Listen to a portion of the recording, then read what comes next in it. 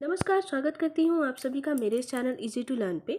बच्चों, आज मैं लेकर आई हूँ आप लोगों के लिए और एक बहुत अच्छी सी कहानी, पंचतंत्र की कहानी, बदमाश बिल्ली। पीपल के पेड़ के एक खोखले तने में एक तीतर रहता था। एक दिन जब वह भोजन की तलाश में इधर उधर भटक रहा था, तभी उसने जंगल के एक हिस्से में कुछ बीजों को बिखरे हुए देखा। चूंकि वहां भोजन की कोई कमी नहीं थी, इसलिए तीतर ने फैसला किया कि जब तक सब बीजों को खा नहीं लेता, तब तक वह वहीं रहेगा। कई दिनों बाद जब तीतर अपने घर वापस लौटा, तो उसने देखा कि उस तने को एक खरगोश ने अपना घर बना लिया है। यह देखकर उसे आश्चर्य भी हुआ और गुस्सा भी आया। वह खरगोश से बोला, तुम यहाँ क्या कर रहे हो? यह मेरा घर है और तुम्हें यहाँ रहने का कोई अधिकार नहीं है। इस पर खरगोश ने उत्तर दिया, जब मैं यहाँ आया था तो यहाँ कोई नहीं था। इसे खाली देखकर मैंने इसे ही अपना घर बना लिया। अब यही मेरा घर है, तुम्हारा इस पर कोई अधिकार नहीं। तीतर बोला, मैं इस घर में कई सालों से रह रहा हूँ, इसलिए यह घर मेरा ही है। तुम अपने लिए कोई और घर देख लो। जल्दी ही उनके बीच जोर जोर से वाद विवाद होने लगा। उनमें झगड़ा होते देखकर आसपास रहने वाले जानवर वहां इकट्ठा हो गए। जब उन्होंने तीतर और खरगोश से झगड़े का कारण पूछा, तो उन्होंने उनको सारी बातें बता दी।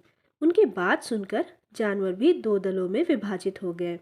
कुछ जानवर तीतर के पक्ष में और कुछ खरगोश के पक्ष में। कुछ देर तक दोनों पक्षों में बहुत बहस होती रही, लेकिन कोई फैसला नहीं हो पाया। उन्हीं जानवरों में से एक चतुर तोता भी था। तीतर और खरगोश की बातों पर विचार करके उसने कहा, ऐसा करो, तुम लोग गंगा नदी के किनारे जाओ। वहां तुम्हें बहुत से विद्वान संत महात्मा मिलेंगे। वे तुम्हारा मामला सुनकर तुम्हारे विवाद का निपटारा कर देंगे। वे बहुत विद्वान हैं, इसलिए वे तुम्हारे साथ उचित न्याय कर सकेंगे। तीतर और खरगोश को तोते का सुझाव बहुत पसंद आया। दोनों ही गंगा नदी के तट की ओर चल पड़े। रास्ते में एक बदमाश बिल्ली ने उन्हें देखा। जानवरों को ठगने के लिए वह संत होने का ढोंग किए रहती थी। मौका पाते ही वह उन्हें या तो ठग लेती थी या फिर अपना शिकार बना लेती थी। वह तीतर और खरगोश से पहले ही गंगा नदी के तट पर जा पहुंची। इस तरह बैठ गए जैसे ध्यान कर रही हो। उसे देखकर खरगोश ने तीतर से कहा, देखो, वहां एक संत बिल्ली ध्यान लगाए बैठी है। हमें उसी के पास चलकर अपने झगड़े का निपटारा करने की प्रार्थना करनी चाहिए। वह जरूर हमारा उचित फैसला कर देंगी।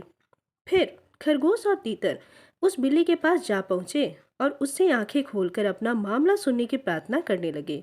थोड़ी देर में वह बिल्ली अपनी आंखें खोलकर बोली, हाँ, मुझे बताओ, मैं तुम्हारे लिए क्या कर सकती हूँ? हम तो संत हैं, हमारा तो काम ही है लोगों की सहायता करना। तीतर सिर झुकाकर बोला, महात्मा इन खरगोश ने मेरा घर पर कब्जा कर लिया है। मैं उस घर में कई सालों से रह रहा था। कुछ दिनों के लिए अपनी रोजी रोटी कमाने मैं घर से बाहर चला गया था। लौटा तो मैंने इसे अपने घर में रहते हुए पाया। खरगोश ने कहा, संत जी, ये तो गलत बयानी कर रहा है। मैं जब वहां पहुंचा तो उस पेड़ का तना खाली पड़ा हुआ था, इसलिए उसे मैंने अपना घर बना लिया। उसे मैंने खूब मेहनत से सजाया संवारा और उसमें रहने लगा। कुछ दिन बाद ये आ गया और उसे अपना घर बताने लगा। आप ही बताइए, कोई इस तरह अपना घर छोड़कर जाता है? उधर बिल्ली की रुचि उनके झगड़े का निपटारा करने में नहीं थी। वह तो अपना उल्लू सीधा करने की फिक्र में थी। उसने उन दोनों से कहा, मैं जरा ऊंचा सुनती हूँ, इसलिए तुम दोनों की बात ठीक से नहीं सुन पाई। जरा मेरे नजदीक आकर अपनी बात फिर से कहो। तीतर और खरगोश दुष्ट बिल्ली की बातों में आ गए। जैसे ही दोनों उसके नजदीक पहुंचे, उसने झपट कर उन दोनों को पकड़ लिया और खा गई। शिक्षा: दो व्यक्तियों की लड़ाई में तीसरे का फायदा होता है।